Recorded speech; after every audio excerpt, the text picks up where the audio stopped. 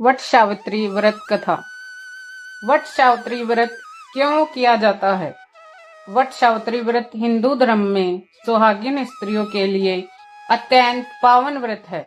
यह व्रत ज्येष्ठ मास की अमावस्या को किया जाता है। इस दिन स्त्रियां वट बरगद वृक्ष की पूजा करती हैं और देवी सावित्री के साहस, प्रेम, तप और सतीत्व की स्मृति में उपवास रखती हैं। यह व्रत स्त्रियां अपने पति की लंबी आयु, स्वास्थ्य और वैवाहिक सुख के लिए करती हैं। ऐसा विश्वास है कि इस व्रत को करने से सावित्री के समान पुण्य प्राप्त होता है और पति की उम्र में वृद्धि होती है। विस्तृत वट सावित्री व्रत कथा पुराणों के अनुसार प्राचीन काल में मद्र देश में अशोपति नामक एक पराक्रमी और धर्मात्मा राजा राज्य करता था। उसकी पत्नी का नाम मालवती था। राजा और रानी संतान सुख से वंचित थे, इसलिए उन्होंने पुत्र प्राप्ति हेतु कठोर तपस्या आरंभ की। अशोपति प्रतिदिन 1,00,000 गायत्री मंत्र का जप करते थे। उनकी तपस्या से प्रसन्न होकर देवी गायत्री प्रकट हुई और उन्हें एक कन्या उत्पन्न होने का वरदान दिया। कुछ समय पश्चात रानी मालवती ने एक कन्या को जन्म दिया जो अत्यंत तेजस्विनी, बुद्धिमती और सुंदर थी। उसका नाम सावित्री रखा गया।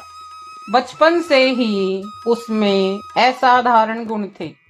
वह वेद शास्त्रों में पारंगत, धर्मनिष्ठ और सतीत्व की परिमूर्ति थी। जब वह विवाह योग्य हुई तो राजा ने उसके लिए योग्य वर की खोज शुरू की, परंतु सावित्री ने स्वयं कहा कि वह अपनी पसंद का पति चुनेगी।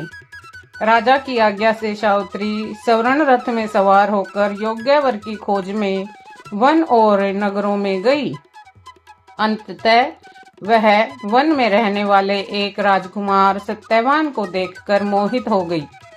सत्यवान निषद देश के अंधे और राज्यच्युत राजा धूम्रसेन का पुत्र था। वह अत्यंत धर्मात्मा, सेवाभावी और गुणवान था। सावित्री ने सत्यवान को ही अपना पति मान लिया। जब सावित्री लौटकर अपने पिता से वर मांगने लगी, तभी राजसभा में महर्षि नारद उपस्थित हुए। उन्होंने कहा, सत्यवान निसंदेह धर्मपरायण, सद्गुणी और श्रेष्ठ है, परंतु उसकी जीवन अवधि मात्र 1 वर्ष शेष है। उसके पश्चात उसकी मृत्यु निश्चित है। यह सुनकर सभी लोग स्तब्ध रह गए। राजा अशोपति ने सावित्री को किसी अन्य वर चुनने को कहा, परंतु सावित्री अपने निश्चय पर अडिग रही। उसने कहा, जिसे मैं एक बार अपना पति मान लूं, उसे मैं जीवन भर नहीं छोड़ सकती। यह सुनकर नारद मुनि ने मुस्कुराते हुए कहा, सावित्री साक्षात देवी सावित्री की अंश अवतार हैं। यह अपने सत्य और तप से मृत्यु को भी पराजित कर सकती हैं। फिर शुभ मुहूर्त में सावित्री और सत्यवान का विवाह संपन्न हुआ। विवाह के बाद सावित्री अपने पति के साथ वन में रहने लगी और अपने अंधे सास ससुर की सेवा करती थी। वह प्रतिदिन सत्यवान के साथ जंगल जाती, लकड़ी काटती और घर के कार्यों में भी भाग लेती। 1 वर्ष बीत गया। अब वह दिन आया जिसे नारद मुनि ने सत्यवान की मृत्यु का दिन बताया था। सावित्री ने उस दिन से 3 दिन पूर्व ही निर्जल व्रत और कठोर तपस्या आरंभ कर दी थी। उसने वट वृक्ष के नीचे बैठकर उपवास किया, ध्यान साधना की और देवी के नाम का जप करती रही। जिस दिन सत्यवान को मृत्यु होनी थी, उस दिन वह उसके साथ वन में गई। सत्यवान लकड़ी काट रहा था कि अचानक उसके सिर में तेज दर्द हुआ। वह भूमि पर गिर पड़ा और सावित्री की गोद में लेट गया। कुछ समय बाद उसने प्राण त्याग दिए। उसी समय यमराज प्रकट हुए और सत्यवान की आत्मा को लेकर चल दिए। सावित्री उनके पीछे पीछे चलने लगी। यमराज ने उसे रोका और कहा, हे सावित्री, अब तू लौट जा। यह धर्म का नियम है, तू आत्मा के पीछे नहीं आ सकती। सावित्री ने उत्तर दिया, जहाँ तक मेरे पति की आत्मा जाएगी वहाँ तक जाना मेरा धर्म है। मैं धर्म का पालन कर रही हूँ। यमराज उसकी धर्मनिष्ठा से प्रभावित हुए और बोले, तू विदुषी और सती है, इसलिए मैं तुझसे प्रसन्न हूँ। मांग, क्या चाहती है? सावित्री ने कहा, मेरे सास ससुर को उनका राज्य और नेत्र वापस मिले। यमराज ने कहा, तथास्तु। थोड़ी दूर चलने के बाद यमराज ने फिर कहा, अब तू लौट जा। सावित्री ने कहा, जहाँ धर्म है वहाँ मैं चलती हूँ, मैं धर्म का साथ नहीं छोड़ सकती। यमराज ने फिर प्रसन्न होकर दूसरा वर देने को कहा।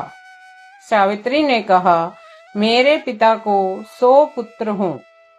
यमराज ने वह वर भी दे दिया। थोड़ी दूर चलने के बाद यमराज ने फिर उसे लौटने को कहा। सावित्री बोली, धर्म और पति के साथ चलना स्त्री का परम कर्तव्य है। मैं धर्म और सत्य का पालन कर रही हूँ। यमराज ने प्रसन्न होकर तीसरा वरदान मांगा।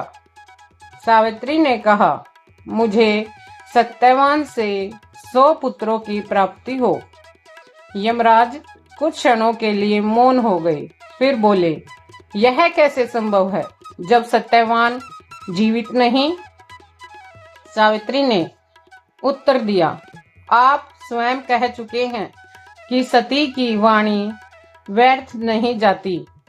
यदि आपने वचन दिया है तो उसे निभाना ही होगा। यमराज उसकी बुद्धिमता वाणी की पवित्रता और तप से अत्यंत प्रसन्न हुए और बोले, तू साक्षात सती सावित्री है। मैं तुझसे पराजित हुआ।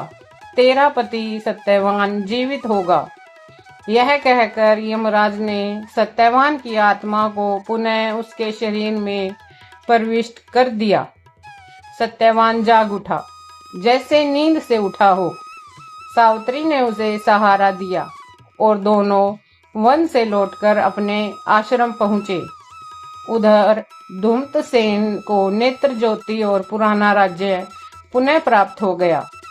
इसके बाद सावित्री अपने 100 पुत्रों के साथ दीर्घायु जीवन व्यतीत करती रही और अंततः अपने पुण्य और धर्म से स्वर्ग को प्राप्त हुई।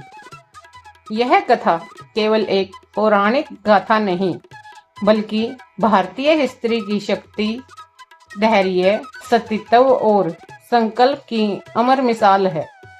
सावित्री ने यह सिद्ध कर दिया कि धर्म, तप और प्रेम से मृत्यु जैसे अटल सत्य को भी झुकाया जा सकता है। अगर आपको यह कथा पसंद आई हो तो कृपया मेरे चैनल दिल से सारिका को लाइक करें, शेयर करें और सब्सक्राइब जरूर करें, ताकि ऐसी और पवित्र धार्मिक कथाएं आप तक दिल से पहुंचती रहें।